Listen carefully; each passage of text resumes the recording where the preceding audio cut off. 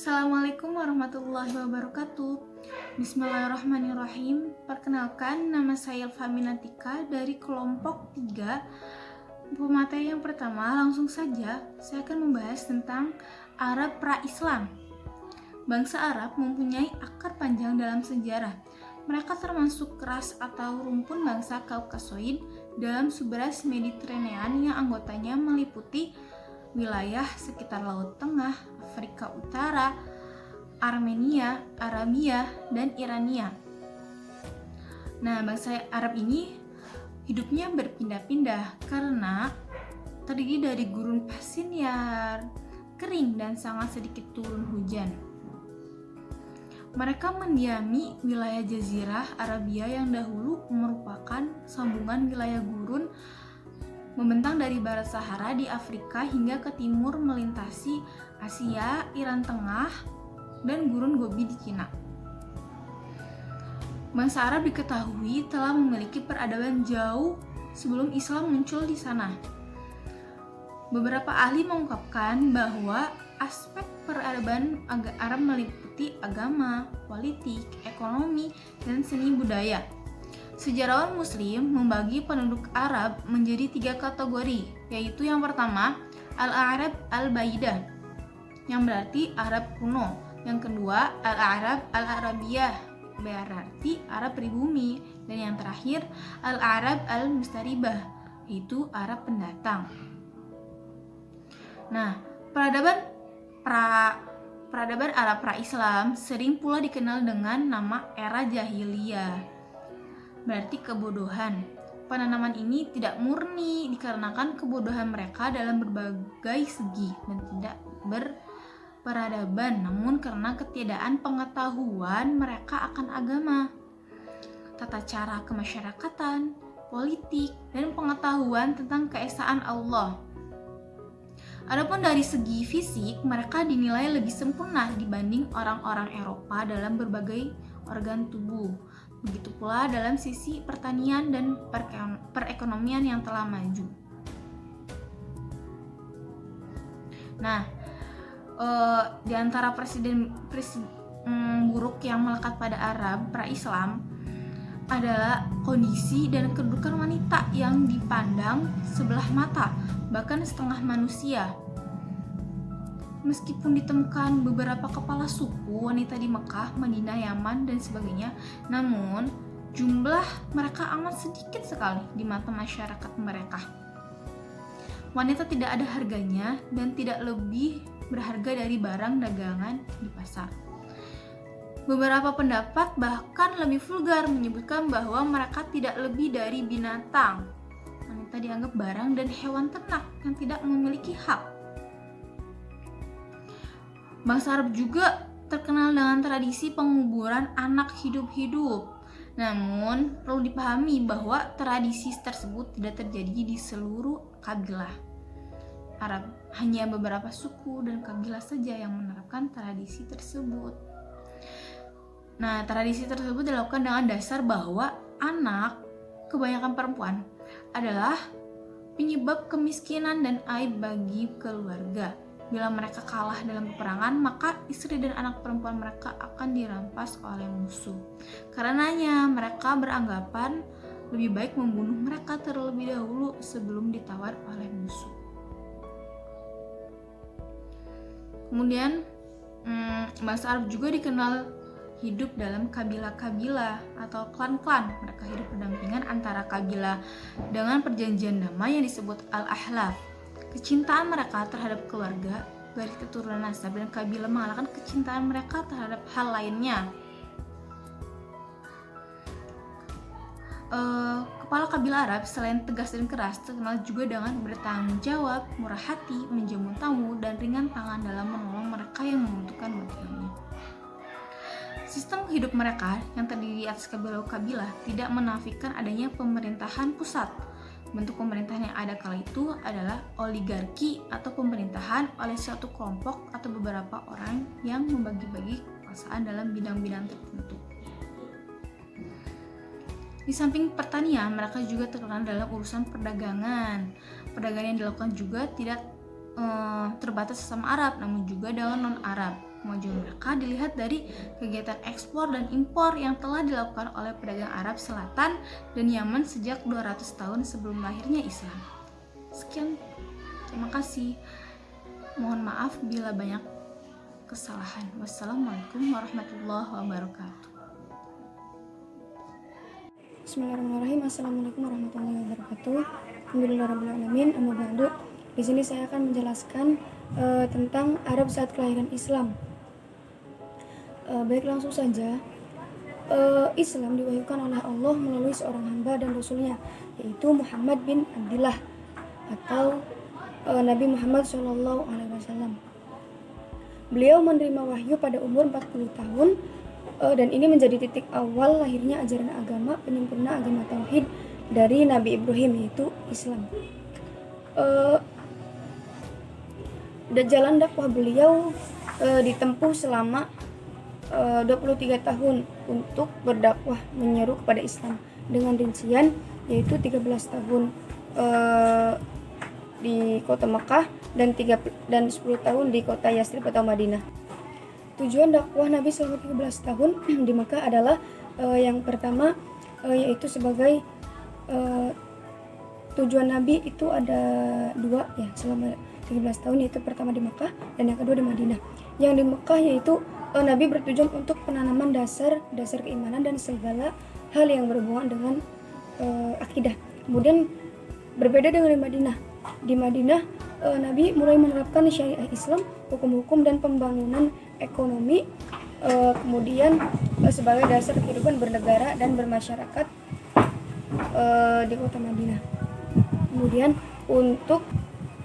untuk kala itu di Madinah setidaknya ada 12 kelompok berbeda yang mengadakan perjanjian yang disebut dengan Piagam Madinah. Kelompok-kelompok tersebut diwakili oleh 3 kelompok besar, yaitu kaum Muslim, kaum Yahudi, dan kaum orang Arab yang belum masuk Islam. Dalam piagam tersebut setidaknya terdapat 5 poin yang telah disepakati oleh dari 3 kelompok tersebut. Yang pertama yaitu tiap kelompok dijamin kebebasannya dalam beragama. Kemudian yang kedua yaitu tiap kelompok berhak menghukum anggota kelompok yang bersalah. Kemudian yang ketiga yaitu tiap kelompok harus saling membantu dalam mempertahankan Madinah, baik yang muslim maupun non-muslim. Kemudian yang keempat yaitu penduduk Madinah semuanya sepakat mengangkat Nabi Muhammad sebagai pemimpinnya dan memberi keputusan hukum segala perkara yang dihadapkan kepadanya. Kemudian yang kelima, yang terakhir, yaitu tiap kelompok meletakkan landasan politik, ekonomi dan kemasyarakatan bagi negeri Madinah yang baru terbentuk. Dasar berpolitik yang dijunjung oleh Nabi adalah keadilan. Prinsip keadilan harus dijalankan terhadap semua penduduk tanpa pandang bulu dan mengakui persamaan derajat seluruh manusia di hadapan Allah Subhanahu wa taala. Prinsip ini cukup berat untuk dipraktikkan. Kenapa? Karena mengingat tradisi Arab yang mengakui keunggulan satu keturunan atau satu kabilah tertentu atas lainnya. Kemudian prinsip lainnya adalah prinsip musyawarah, yaitu prinsip musyawarah yaitu prinsip untuk memecahkan segala persoalan demi tercapainya kemaslahatan bersama. Mungkin itu saja yang bisa saya sampaikan, kurang lebihnya maaf. Wassalamualaikum warahmatullahi wabarakatuh. Bismillahirrahmanirrahim. Baik, saya akan melanjutkan penjelasan dari teman saya. Selanjutnya adalah Arab dan Timur Tengah pasca wafatnya Rasulullah. Di pasca wafatnya Rasulullah SAW, ya kan, Arab atau Islam mencapai kejayaan pada tahun 750 Masehi, ya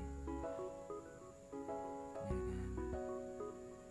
Nah, karena ketika Nabi wafat itu seluruh semenanjung Arabia telah tunduk di bawah panji Islam, ya kan? Mulai dari benua Afrika, Eropa, dan belahan Asia lainnya.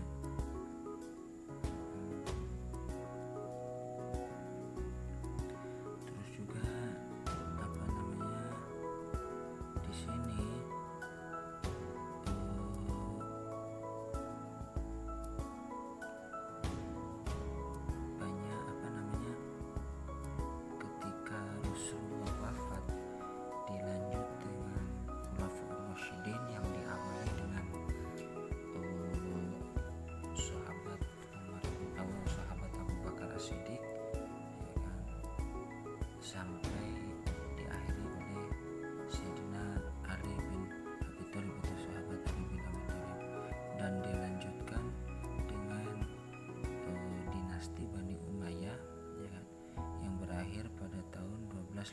Masehi.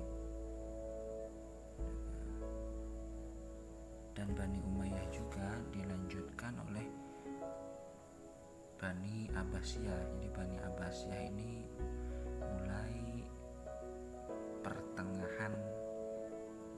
periode pertengahan Islam, ya kan? Dan juga dilanjut dengan fase munculnya 3 kerajaan besar pada tahun 1500 Masehi sampai 1800 Masehi. Ketiga kerajaan tersebut adalah Turki Utsmani di Turki, ya kan? Kerajaan Mughal di India dan kerajaan Safawi di Persia.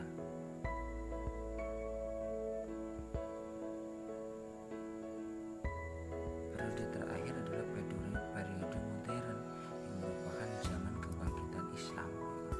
Periode ini dimulai sejak tahun 1800-an, merupakan reaksi dunia Islam terhadap kolonialisme Barat, pertengahan Islam, dan juga dilanjut dengan fase munculnya 3 kerajaan besar pada tahun 1500 Masehi sampai 1800 Masehi. Ketiga kerajaan tersebut adalah Turki Utsmani di Turki, kerajaan Mughal di India dan kerajaan Safawi di Persia.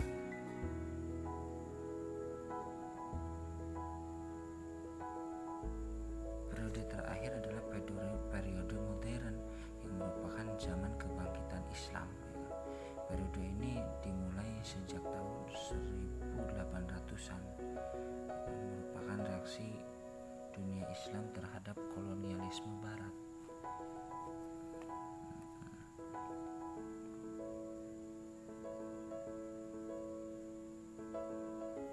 Yaitu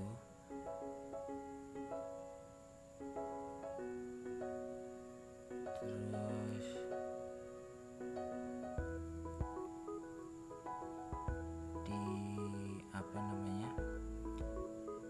ketika ditutup,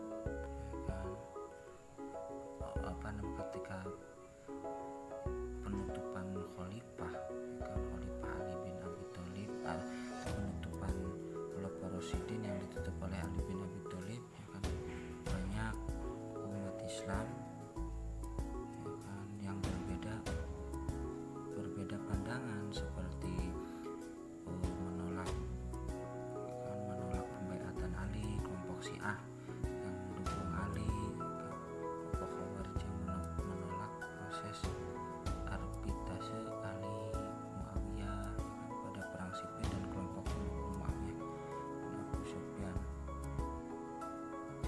pada perang Jamal, perang Siffin, dan perang Nahrawan.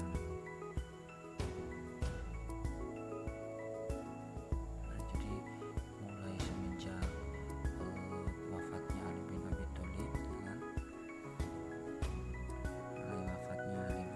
Thalib, pada tanggal 24 Januari 661 Masehi, dan berdirinya langsung Bani Umayyah. Sistem kekhalifahannya yang dulu berdasarkan demokrasi itu berubah menjadi monarki dengan adanya putra mahkota. Yaitu mungkin cukup sekian dari saya, kurang dan kurangnya sangat mohon maaf. Ihdinas shiratal mustaqim.